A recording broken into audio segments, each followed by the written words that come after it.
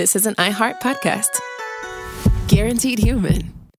With no fees or minimums on checking accounts, it's no wonder that Capital One Bank Guy is so passionate about banking with Capital One. If he were here, he wouldn't just tell you about no fees or minimums. He'd also tell you about how Capital One cafes are open 7 days a week to assist with your banking needs. Yep, even on weekends. It's pretty much all he talks about, in a good way. What's in your wallet? Terms apply. See CapitalOne.com/bankguy. Capital One N.A., member FDIC.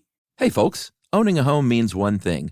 Something's gonna break. AC, plumbing, fridge, and it's never convenient or cheap. That's where American Home Shield comes in. An AHS Home warranty can help protect your wallet from pricey breakdowns on even your oldest appliances and systems. And if they can't repair the covered item, they'll replace it. So check out American Home Shield and get 20% off any plan at ahs.com/SYSK and see promo details. See ahs.com/contracts for coverage details, including service fees, limitations, and exclusions. American Home Shield. Don't worry. Be warranty.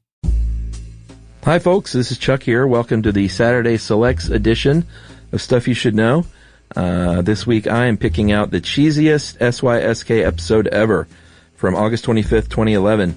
And this is not a show about bad music, but this is a show about cheese.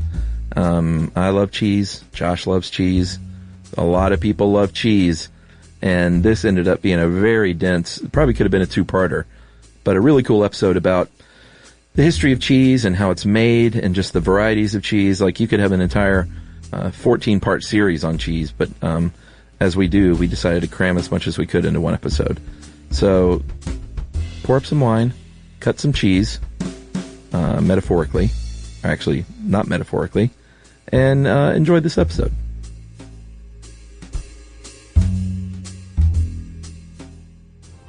Welcome to Stuff You Should Know from HowStuffWorks.com.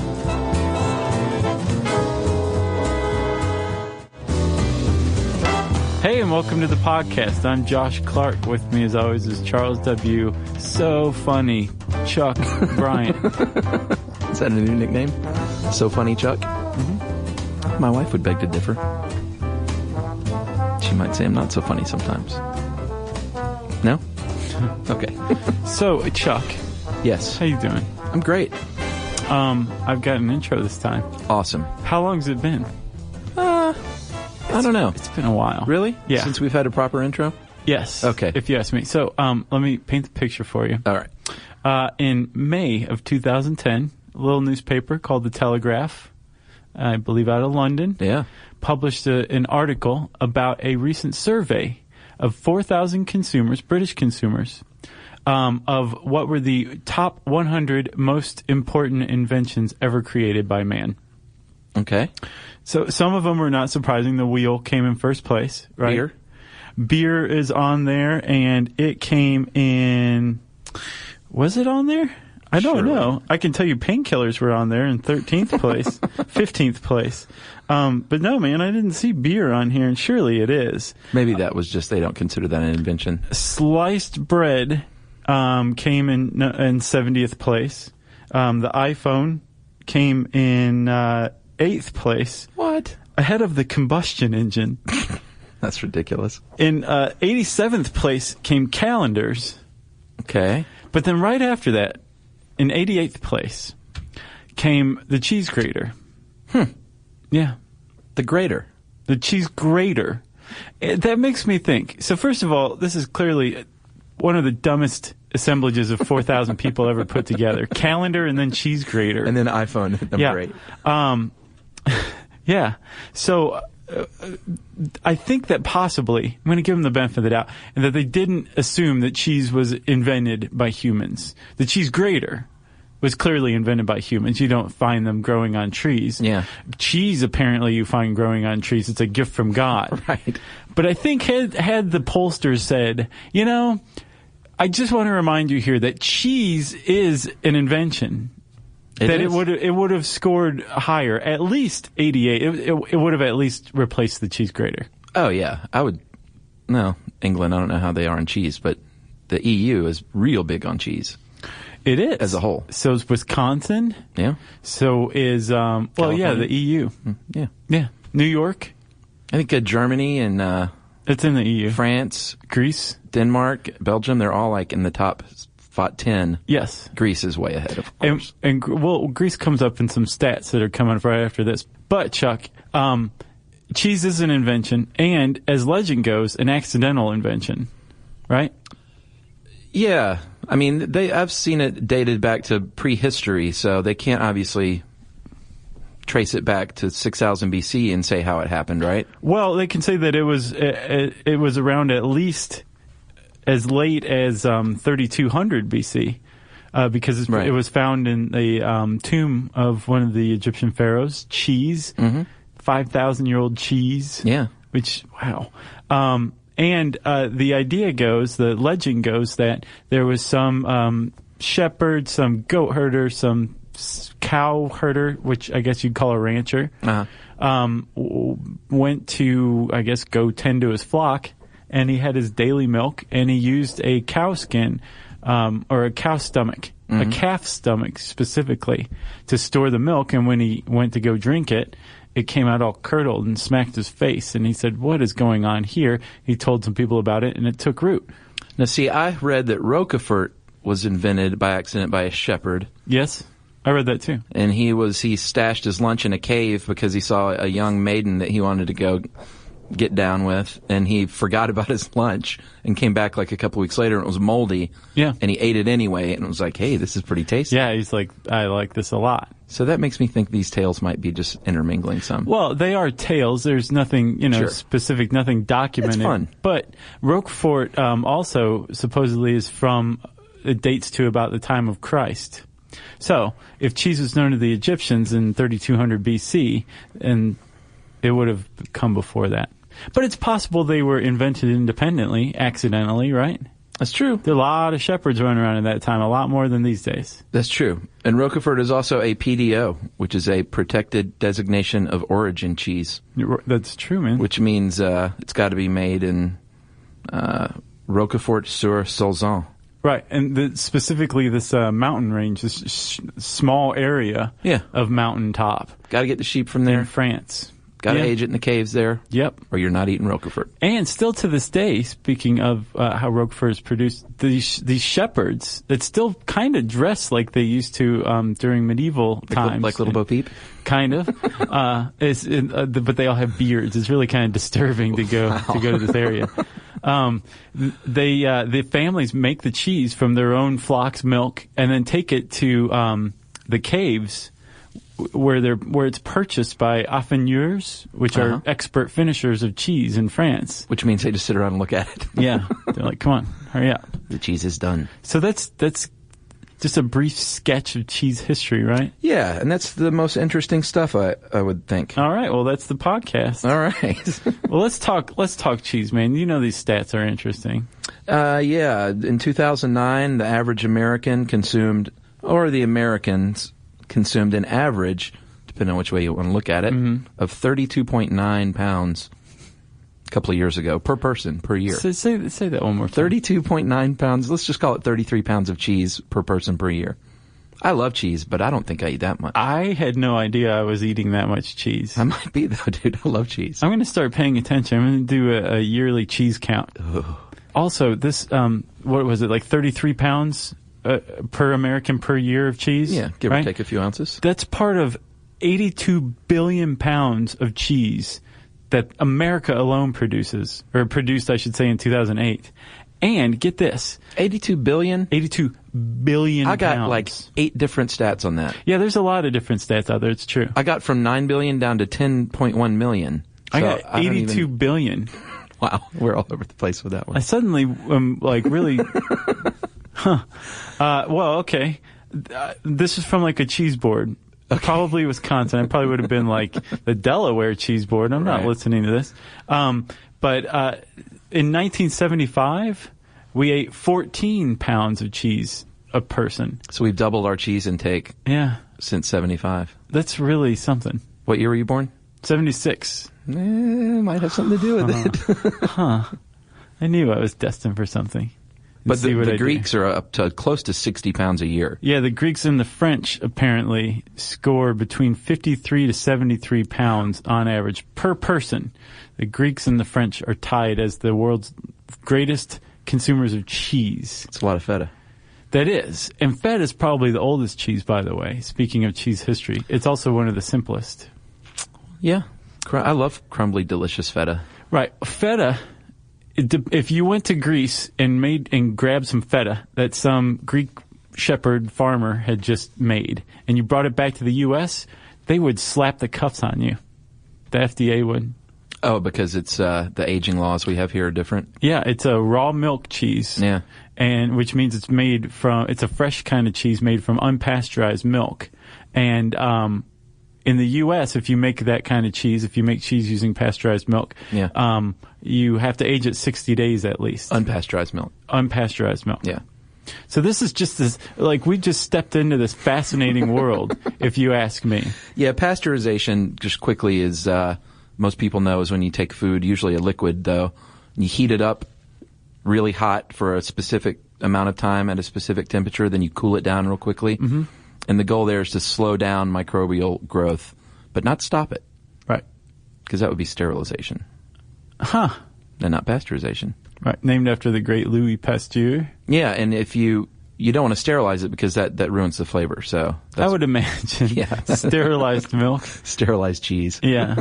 Gross. It's not good stuff. But not only is pasteurization good for your health, most would say. Yeah. While cheese connoisseurs, like the hardcore kind that have like mohawks with like Elmer's glue, right? Sure. They will tell you that the only good cheese comes from cheese made from unpasteurized milk. Yeah, raw milk cheese. Yeah.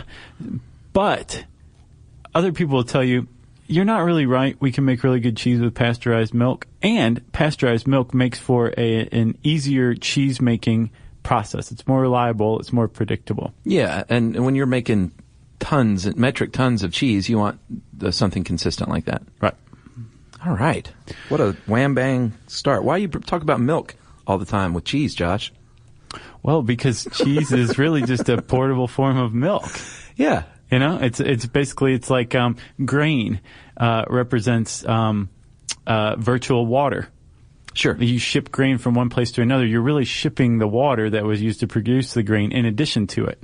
Yeah, I remember seeing those commercials, like, I think it was Kraft, like, there are 2 cups of milk in every slice of Kraft American cheese. And I always thought, that's impossible. Yeah. Look at it, that little slice of cheese, and look at 2 cups of milk. There's no way. You're probably right, though. No, they can't say that. They're it's like the second biggest food company on the planet. I think they can do whatever probably they want. say that, yeah. So you're right, Josh. Buy and sell you and me. Milk, cheese is nothing but milk. Milk is about 80% water. If you remove this water, you got cheese, basically. Yeah. It's a little more complicated than that, but... It's not that much more complicated. No, I was really surprised. Like, both of us apparently went our own way and learned how to make cheese.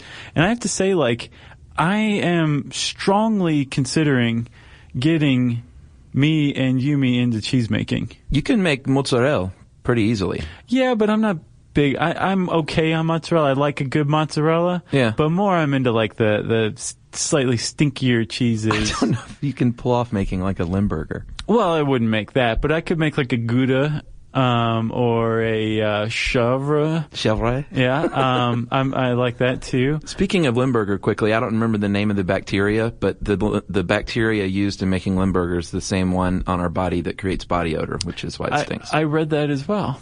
Yeah. That's why people say it smells like feet, because it does. Yes, and scientifically speaking, you're absolutely right.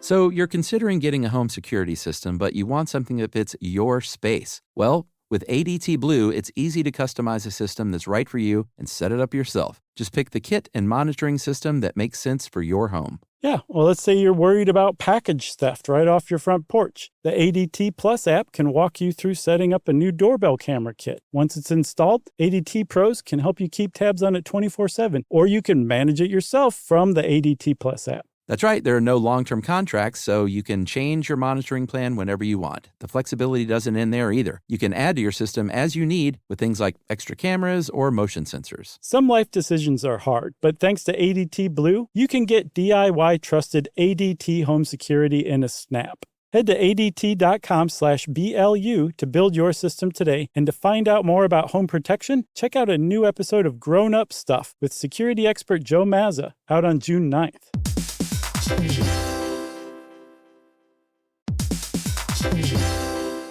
Work can be a little weird. One minute you're in a meeting that could have been an email. The next you're trying to decode corporate jargon that somehow means nothing. And don't even get us started on the quick sync that turns into a 45-minute deep dive. Yeah, well, the truth is figuring out your career isn't always straightforward. Whether you're trying to grow, pivot, or just stay relevant, it can feel like you're navigating it all on your own. Well, that's where LinkedIn comes in. That's right. LinkedIn can help you grow your career, helping you confidently navigate your path with insights, ideas, and inspiration from your professional community. You can stay up to date with the latest trends in your field, connect with people who get it, and discover opportunities tailored to your goals, your experience, and what actually matters to you. Whether you're looking for something new or just trying to grow where you are, LinkedIn gives you the tools and connections to move forward with confidence. Because LinkedIn is the network that works for you. Visit linkedin.com/knowstuff to learn more.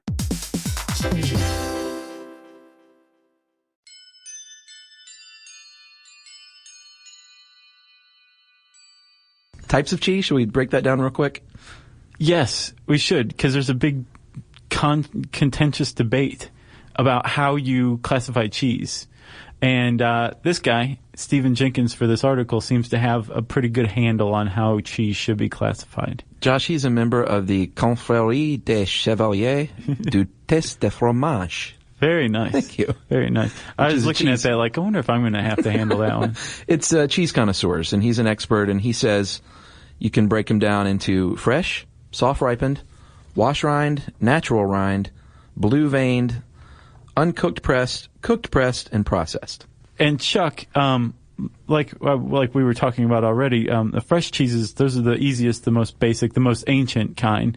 You've got your feta, you have a queso fresco, mascarpone, right? Not mascarpone. Yeah. The R goes after the S, so it's mascarpone. I wonder why that is always mispronounced. I have no idea. Because I thought it was mascarpone until I read it, and I was like, huh. That rolls off the tongue, though, more than the R's rolls off the tongue more than the Z. Mascarpone? Yeah. Which isn't even really cheese, technically, right? No, it isn't. It's you skim the cream off of the top of the Parmesan making process and add a culture to it, and you got mascarpone. Rigotte, also known as ricotta, but if you're from New Jersey, you might say rigotte. Okay. And cream cheese, obviously. Yeah. And I think you mentioned queso fresco, right? Yes. Those are fresh cheeses. Yeah, those are the ones where you just basically go through step 1 through 3 of cheese making, and then you just start eating it. Yeah, and some of them still contain the liquid part, the whey. Right. And they don't keep very long. And that is fresh cheeses. It's just why you got to eat them right away. That's right. It's a portable way of preserving milk, but it's only preserving milk for like an extra day or two. Yeah, it's very mild taste. Very milky. Okay. Soft ripened cheeses? Josh, they are semi-soft. A lot of times they have a white, bloomy rind. And we're talking brie, a little more flavorful and buttery, but still pretty mild. Yeah, so the rind on brie specifically, or any kind of bloomy rind cheese, is made from bacteria, right? There's a lot of bacteria going on with cheese. Right. Well, they just rub bacteria on the outside of the cheese, maybe some salt, and then the bacteria starts to rot the cheese effectively from the outside in. Very effectively. So that's what the rind is. Yeah. Some people say you should eat the rind because it is cheese, but it's bacteria-laden cheese. I eat the rind. Do you? I usually don't. Really? Yeah. Yeah, I dive right into that brie. And brie, as far as smell goes, is one of the milder bloomy rind cheeses. Most bloomy rind cheeses and most soft ripened cheeses are the stinky ones, like Stilton, which is the king of English cheeses. I love me some Stilton. Limburger. Yeah. Roquefort. Mm-hmm. Yeah. All right, so now we are at wash rind. Those are the stinkiest of cheeses, Limburger. And if we mention some of these, it's because they overlap.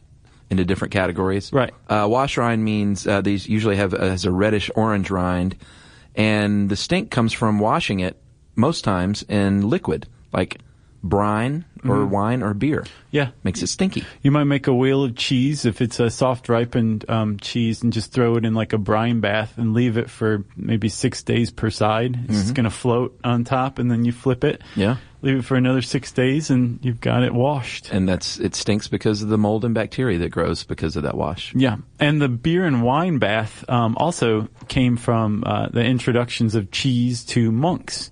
Oh, we said, hey, we make beer, we make wine. It's kind of what we contribute to the world. Plus, we've got these caves, so, you know. But you can't have a cocktail party without cheese. Exactly. So there you go.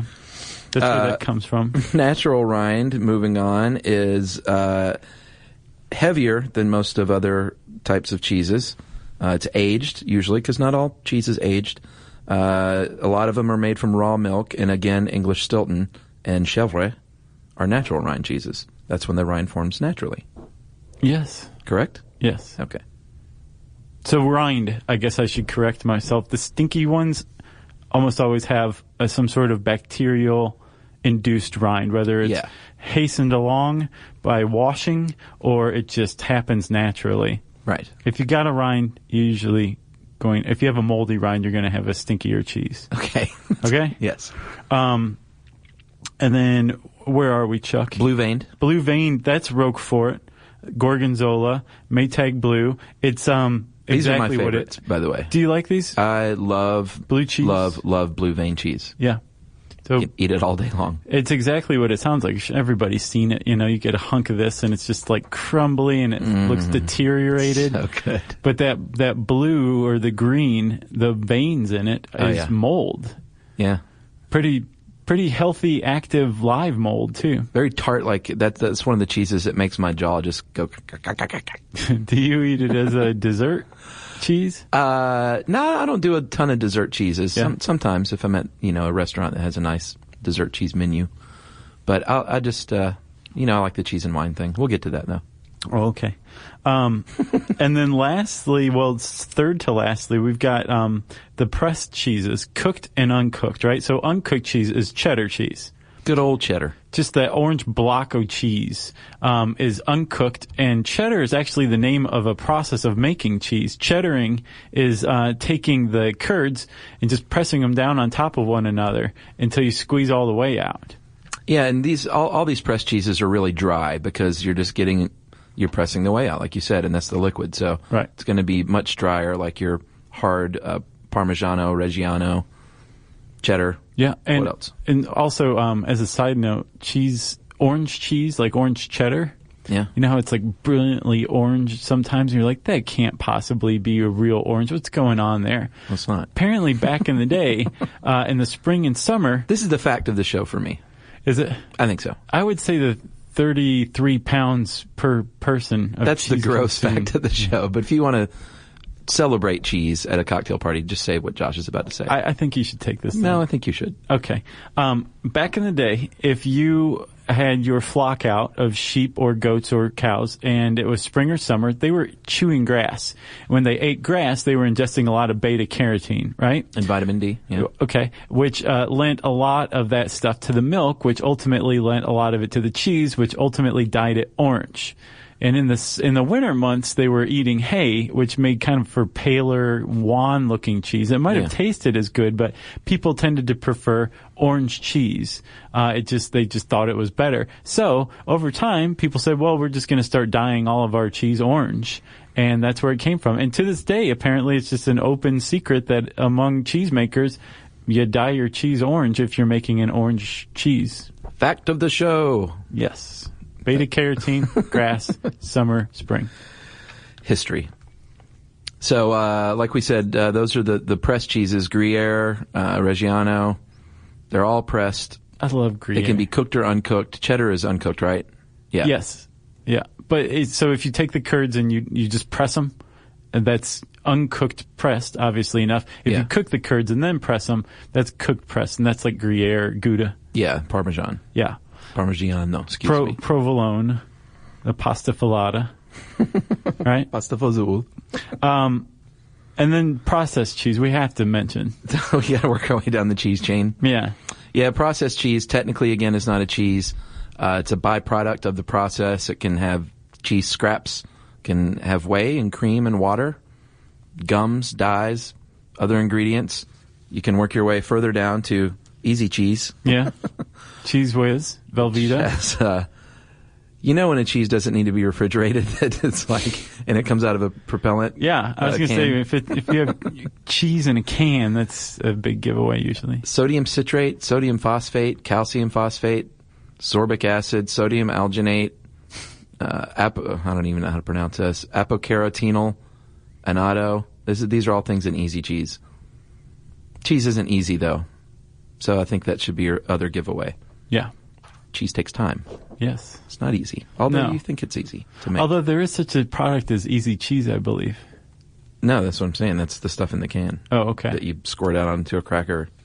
So that's easy cheese. That is the brand name. Well, what's the one where the cheese is, it's like in a little plastic tray and the cheese is on one side, the crackers are on the other, and there's like that little red plastic spreader? Yeah, that's some sort of processed cheese. Okay. Which is technically not cheese. No. So there you go. Those and are also, the types, you right? can make cheese from pretty much any kind of milk. Like traditionally, you've got cow, goat, sheep, Buffalo. But you can also make camel cheese and horse cheese and moose cheese.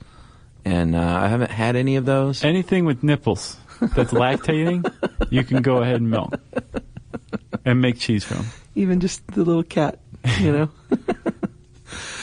Yeah, camel cheese. I'm interested to try that.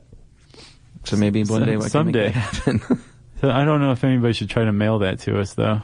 Camel cheese in the mail? No, I don't think so. So speaking of lactating, right? Yeah. Let's talk about how cheese is made, Chuck. Well, Josh, there's a lot of different ways to make cheese, depending on what kind of cheese. Like, it gets very specific, obviously. We can't say that you do this for 2 hours and age it for this long. Right. But there are 4 main stages, which is curdling or coagulating of the milk, shaping of the curds, draining of the curds, salting, washing, and seeding, and then maturing. And then we can get more detailed right now. Somewhere in there is the running of the bulls. So the milk comes in. It's got to be heated to a specific temperature. Yes, because, again, milk is nothing but curds and whey, right? And you want to separate these. That's the first step. Yeah, and the way to separate them is to create lactic acid. Milk is chock full of lactose. Oh, yes. But for it to lose its sugar, right? stability, it's a type of sugar. Yeah. It's a milk sugar. But for milk to lose its stability and break into curds, which are globby, semi-solid masses, and whey, which is basically like milky water, you need to convert the lactose to lactic acid. So apparently lactose, the milk sugar, holds everything together. And to convert it to lactic acid, you introduce bacteria. Yeah, there's a few different ways you can do it. It could be lemon juice or vinegar. Yeah. Or it can be an actual bacterial culture, and it doesn't take much of this. I saw the Dirty Jobs micro. I mean, they had, I think it was a 5,000-pound batch of cheese that they were making, this huge vat of milk, and he added what looked like about the size of this mug of bacteria culture to it. Yeah. So it goes a long way. Well, there's a lot to them. They're very small. There's a whole lot going on in there. Yeah. So if you do use bacteria, you're probably going to use either a thermophilic, which is a heat-loving bacteria, or a mesophilic, which is like a kind of a warm, tepid temperature bacteria. Right? But either way, they're going to go in there and they're going to go to town on the lactose and convert as a byproduct lactic acid, right? So then all of a sudden you have curdled milk. That's step 1 done. Step 2 is where that legend about that shepherd comes in. Yeah, with rennet. Yes. Renneting. Yes. Rennetation. I don't know if that's a word. What is rennet? Rennet is enzymes from the stomach lining of the cow or a sheep or a goat. Well, a young one. A kid. Yeah. If you will. Or a calf. Well, you wouldn't want just some old cow's stomach lining anyway. Well, it's not necessarily there anyway. The whole reason that this enzyme is in there is so a young cow can break down mother's milk and digest it. Exactly. So when you add it to milk, Josh, it makes the casein into curds. And casein is one of the proteins in milk and whey is the other one. Gotcha? Mm-hmm. Okay. And it is casing, so look that up. Well, there's other types of rennet too, actually. There's vegetable rennet, everything from like sunflowers and ivy to papaya and mallow. But I don't know if the taste is the same. I guess it is. No, I'm sure it's not the same. And I've also seen that papaya and pineapple doesn't work as well. Oh, really? Yeah. And then if you use one like stinging nettle works really well, but you have to basically create like a brine that you introduce into the cheese so it affects the flavor, so you can only use it for certain kinds of cheese. But yes, if you are a vegetarian, there is such a thing as vegetarian cheese out there. And if you're not a vegetarian, there's a lot of them. There is calf stomach in your cheese. Yum. But just a tiny bit. Apparently a thumbnail full is like the rule of thumb. Excuse the pun. So the coagulation period, it depends on what kind of cheese you're making, but sometimes it's as little as 30 minutes, sometimes it's as much as 36 hours. But it sets. It's like chocolate mousse, you know? It looks set, but it's sort of separate underneath. Like the top is solid. Right. And then you've got the whey underneath. But if you there's plenty of whey still left in the stuff that's set too. But I guess if you stick your finger in there, this is what I've read, if you stick your finger in there and it comes out clean, yeah, then it's set. It's like a pumpkin pie. Right. Exactly. Except you don't eat your finger. No. So when you've got this thing set, you cut it with a thing called a harp, which is with a curd cutting knife. Yeah, it looks sort of like I guess there's harp. Different ones, but I think a lot of them are made out of fishing line. Yeah. And so you're just, like a harp or guitar strings, you're just kind of gently passing it through, right, breaking it up. And you're cutting it usually into like little cubes, half-inch cubes, that kind of thing, and that alone releases the whey. Yeah. Right? So you drain the whey off until you have just the curds, and then you either use large curds, smaller curds. You may cut the curds up some more. You may use them as they are right then. I think for mozzarella, that's about it. Yeah, you want to keep the curds separate, though. Like, curds want to join back together. Mm-hmm. And so maybe they have machines, but at smaller dairies, you have like 6 or 8 people in there just churning the stuff up with their hands between their fingers. Yeah. Constantly. Yeah. And that's the hardest part, I think. Yeah. So you got that. You got the curds separated from the whey. You're getting more and more whey out. And then you might cook the curds if it's a cooked type of cheese. Right. Like cooked pressed, like Gouda. You might just start mashing them together if it's cheddar. And then that stuff, the bacteria for cheeses like Stilton or Roquefort or whatever, the bacteria that you used as a starter starts to come into play. Yeah. Because now it's done being cooked, it's done being heated or warmed, and the bacteria is going to start to thrive because you're giving it a temperature.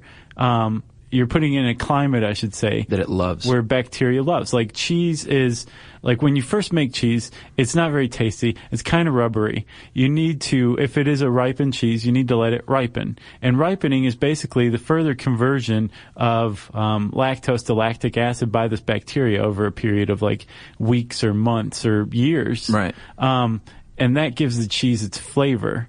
It's stink too. But that's what gives cheese its flavor, is the activation of this bacteria. That's right. Another thing that helps with the flavor, and all cheese will have, is salt. And salt does a few things. It speeds up the drying process. It enhances the flavor. It helps the rind to form if you need a rind, and it slows down the microbial growth, which is good. Right.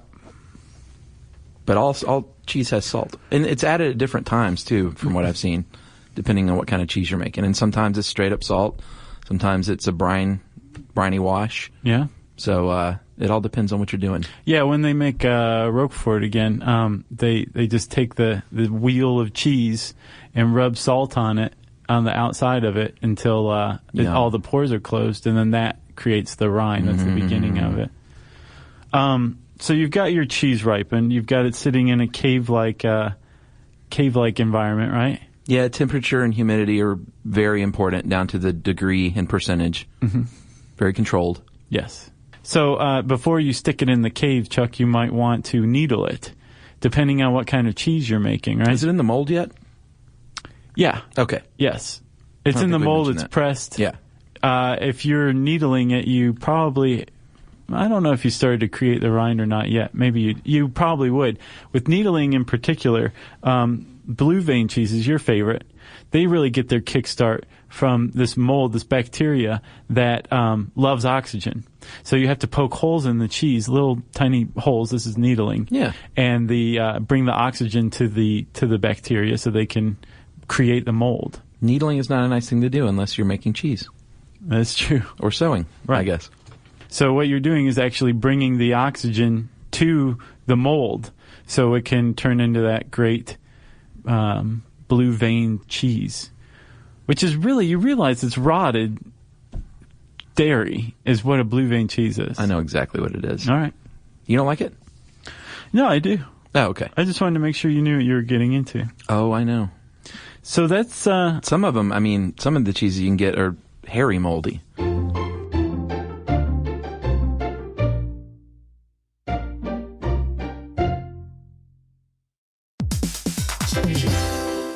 Hey everybody, here's a fact for you. In the United States, there is a break-in every 26 seconds, and that means that somewhere right now, an intruder is getting closer. And the problem with most security systems is that they only alert you after the break-in has started, and that's too late. Well, that's what makes SimpliSafe different. They use alerts. SimpliSafe's U.S.-based live agents, they identify threats on your property and help deter them before they actually break in. So the intruder never gets into your house. The crime is stopped before it even starts. That's right. And another great thing about SimpliSafe is they have no long-term contracts. They give you peace of mind and great value with their monitoring deterrence plans because they just start at about $1 a day. Yeah, SimpliSafe sent us a setup years back, and I still use mine every day. Yeah, and apparently setup, you can do it by yourself in under 30 minutes, so it's a really good value and it doesn't take long. So if you want to experience the SimpliSafe peace of mind, you can take advantage of the SimpliSafe discount offered to Stuff You Should Know listeners. Right now, you can get 50% off your new system by visiting simplisafe.com/stuff. That's half off at simplisafe.com/stuff. There's no safe like SimpliSafe.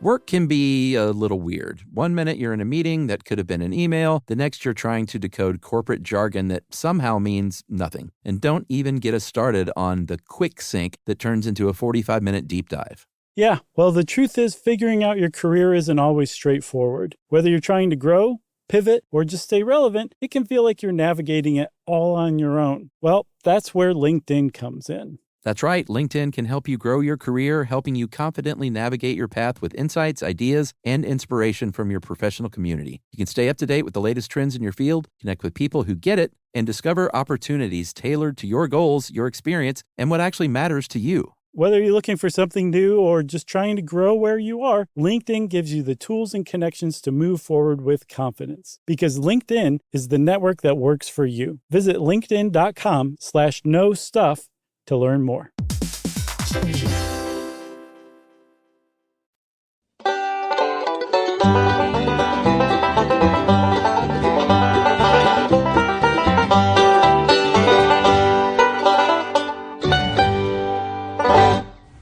Yeah, have you heard of Casu Marzu? Nuh-uh. Okay, prepare for this, man. Casu Marzu is made and illegal in Sardinia, Italy. Okay. And it's this type of cheese. It's a sheep's milk cheese, which makes it a pecorino because it's in Italy. That's what they call sheep's milk cheeses. Right. During the cheese-making process, the cheesemakers, the underground cheesemakers, right, allow this type of fly called a cheese skipper to lay eggs, which become maggots in the cheese. Wow. The maggots crawl through the cheese, eating the milk fat, and creating an enzyme that putrefies the cheese. Mm-hmm. Not just stinking it up, molding, but putrefying it. Yeah. Now, and apparently it's absolutely delicious. You can't necessarily compare it to a taste. I've read a couple things on it, and everybody says it's a sensation. It can burn the tongue, right? Wow. It's so acidic. But if you are really to eat Casu Marzu the right way, mm-hmm, you eat it with the live maggots on it. and these maggots can jump 6 inches off of the cheese. So if you can't stomach the idea of eating live maggots or don't want like digestive problems for the rest of your life, you will put a little bit of the cheese that you're going to eat in a paper bag, hold it up tight, and wait for the popping sound of the maggots jumping off the cheese to stop, which means they're all dead. Awesome. Then you can eat the cheese. Would you eat that? Totally. I would too. I would eat it with the dead maggots. I wouldn't try it. It's got to taste good. It's not like they're eating something disgusting. I mean, it sounds disgusting, but it tastes disgusting. No, I would definitely eat it without the maggots. If I had to, if the only way to try it was with the live maggots, right. I would not be happy about it. I would strongly prefer eating it without the maggots. Okay. Yeah. I just want to know. So that's Kazu Marzu, man. In my opinion, really the coolest cheese ever created. Now that's just like cool cheese stuff, how to make it, what it is. Types. But if you're asking practicality, guys, where's my practicality in my daily cheese life, my cheesy life? Which, by the way, the etymology of that, I looked that up. They think that it's ironic reversal from 19th century British slang when cheesy meant fine and showy. Huh. So they think that's an ironic reversal. I don't know about that. Yeah, I think some sorority girl just said it and it caught wildfire. Yeah, it seems like one of those kind of words, like cheesy. It was sitting there waiting for it to be picked up and used in that way. Although it did in the 1896, apparently, the late 1800s, it meant cheap and inferior as slang in the United States. Huh. Something was cheesy. So and then it died for a little while? For like I don't a know. century? Who knows? Huh. Anyway, I was curious about that. So, cutting the cheese, Josh. There are ways you should cut the cheese. Okay. I knew you would laugh at that. It depends on the shape and size. And this is all from cheese.com, by the way. Your cheese resource on the web. Right. You divide the cheese so that you get an equal share of the inside and the outside, if you want to do it properly. Okay. Makes sense. Round cheeses are cut in wedges, like a cake. Yep. Cheese bought in slices should be cut lengthwise, not across. And tall truckles are easier if sliced horizontally. Truckles? Yeah, that's like a tall barrel cheese. Okay. It's like taller than it is wide. Gotcha. Not like a big wheel. So it's a cylindrical cheese. Yes, that's a truckle. Matching cheese and wine, there are no hard and fast rules, but generally whiter and fresher cheeses go with crisper and fruitier wines. Yeah. You're not a big wine guy? No, I am. I enjoy wine with cheese. Okay. I'm into rosés. That's right. Right now. Smooth, fatty cheese goes well with smooth, slightly wine. Oily wine. Wine with like globs of fat floating on top. No, oily wine, though. What's an oily wine? Well, I can't think of one off the top of my head, but... An oily wine? Yeah. Huh. No? I've never heard of it. Sweet wine, Josh. Jerry's laughing. Contrasts with highly acidic cheese. White wines usually go better than red wines, even though I love my red wine with the cheese. Yeah. Dry, fresh wines are ideally suited to soft cheese, goat cheese. Dry white? Dry, fresh red. Oh, okay. Ideally suited to soft cheeses. Gotcha. You can also match cheese with beer and cider, obviously, and they say to try regional combinations. Like if the wine is from a region and cheese is from a region, chances are they probably go well together. That's a good idea. Yeah, it's a good rule to follow. So I have a piece of advice based on my own experience. There is nothing better you can do for like an hour or a half hour, whatever you can get away with, on like a Saturday afternoon when you have the time, than to go to a place that has like a real live cheese monger. Yeah. Who knows what they're talking about. Oh, yeah. And going up to them and saying, hey, I really like this this kind of block cheese I've been eating for a while, but I'm ready to expand my horizon, so can you introduce me to some? And watch their eyes light up. Yeah, they'll be very happy. They usually, they'll cut you some samples, they'll kind of walk you through, and it's not ridiculously expensive. I mean, when you look at the per pound price, you're like $35, but you're not buying a pound. You just buy like a quarter of a pound. Usually is about the least you can get. Sure. But it lasts quite a while.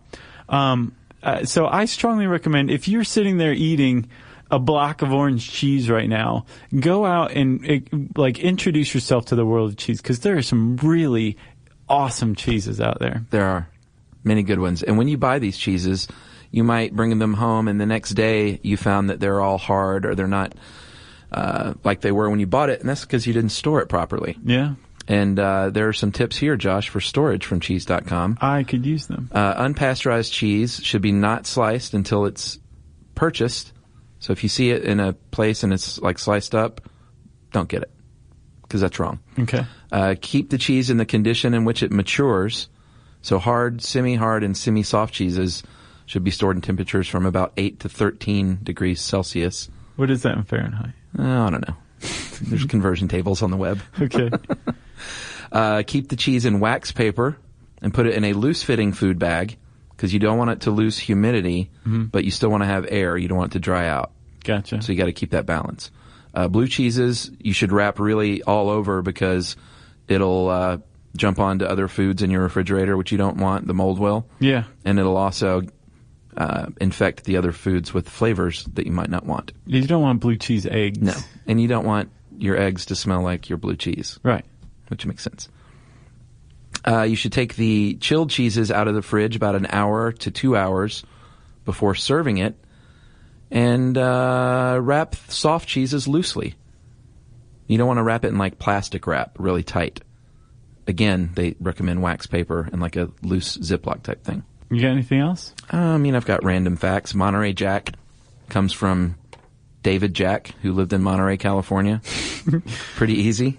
There's and it's one of only 4 Native American cheeses. I think it's Colby, Jack, Brick, and... It's a Native American cheese? Well, native. Like from Oklahoma? It's not from Europe. Gotcha. Or wherever. Colby, Jack, Colby, cheddar? Jack, Brick, and cheddar. Yeah. I think are the 4 American cheeses. Yeah. And the U.S., guess the number 1 cheese that we produce in the U.S. American cheese. Nope. Cheddar cheese. That's number 2. Mozzarella. Yep. Probably because of all the pizza. Yep. That would definitely explain all the cheese consumption, too. Huh? In Wisconsin, besides their awesome dairy land, they had a bunch of immigrants from Switzerland and Germany and Belgium and France that settled there, so that's kind of why it's the Swiss in particular created the heart of the cheese trade in Wisconsin. They were doing it for themselves starting in like the 1830s and or the 1840s, and by the 1870s they were selling outside of the state, so it happened pretty quick. The industrious Swiss. They are industrious. Yeah. With their knives and cheese. Yeah. They go well together. Yeah, I know. And finally, Josh, I would invest some money, if you have any left over, into craft. If you've got some just spare change laying around, because Asia is loving their cheese all of a sudden. Oh, yeah? Yeah. A continent typically not very cheesy. Not much Asian food has cheese. It's probably due to the rise of the moneyed class in China. Well, it's due to a rise in pizza and cheeseburgers, specifically. Yeah. They're loving pizza now, and apparently South Korea is the biggest buyer, and they've literally doubled and tripled their cheese imports in the past couple of years. So, big cheese eating going on over there now. So that's it for cheese, I guess. If you want to know more about cheese, there's a really good article on the site. Really, honestly, it's a good initial primer to get you ready to go to, really learn how to make it yourself. You can just type plain old cheese, CHEESE, in the search bar at howstuffworks.com, which means now it's time for listener mail. Spammy listener mail. That's what I'm calling this. Just heard your spam podcast. I worked at the Hormel Institute for 6 months after my PhD. You made a brief aside about the smell. Let me tell you something. It is like nothing on earth. On days that I followed the pigs to work, I would anticipate smelling a very pungent version of newly dead flesh. Then the next day, I would be overwhelmed by the smell of half-cooked meat. It's the most powerful smell, and 2 years on, I can still smell it. You could not escape it anywhere in the building, even in the back room of the lab. You mentioned the recession boosting the sales. I can attest that was the case. Thankfully, I was living upstream from the factory, though, so my house didn't smell of spam, but large portions of the town do actually smell of spam, particularly on certain production days. all joking aside, I was in love with Minnesota. I loved living in Austin and its people, and would love to live there again in the future. I never made it to the museum where they give away Spamples. But local restaurants had Spam burgers, even though she didn't eat any. So it does stink as bad as you think, Josh. I can imagine it would. Did you see the other person who's moved to Hawaii and has been documenting Spam displays? And one of the things was macadamia nuts, but Spam-flavored macadamia nuts. I'd like to try that, actually. I want to as well. Yeah, whoever that is, please, or anyone in Hawaii, if you could send us some Spam macadamia nuts. Nice. That would be good. Okay. So that's from Elizabeth, and she is a postdoctoral research associate in the bio department at UMass Amherst. UMass. Smart lady. That's a Pixies song, right? It is. Yeah. If you want to send Chuck and I a sample of your cheese, especially camel cheese, we want it. Email us and ask us where to send it to, right? Or if you have a cheese story, we want to hear it. That's just so wide open, there's got to be something good in there. Oh, yeah. Send us an email to stuffpodcast@howstuffworks.com.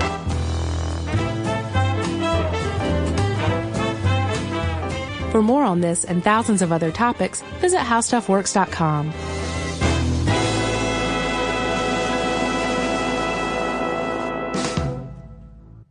The next time you end up with something on your shirt, don't turn to your usual detergent. Check out Tide Evo. Tide Evo represents over 10 years of innovation in product development. It's a revolutionary 100% concentrated waterless laundry tile made of compressed microfiber soap layers rather than liquid or powder. It's not pods and it's not sheets. It uses 6 layers of detergent fibers to deliver superior cold water cleaning without plastic packaging. It's mess-free, lightweight, and dissolves quickly. Try new Tide Evo. Real laundry magic. Geico presents a 30-second podcast between your podcast.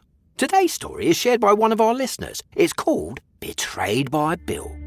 It was in that moment I caught who was staring back at me in betrayal, or more like what? My insurance bill. With trembling hands, I grabbed my phone and switched to Geico, saving about $900 in the process, and never to be betrayed again. Now that was bloody riveting. It feels good when the story ends with savings. It feels good to Geico. This is an iHeart podcast. Guaranteed human.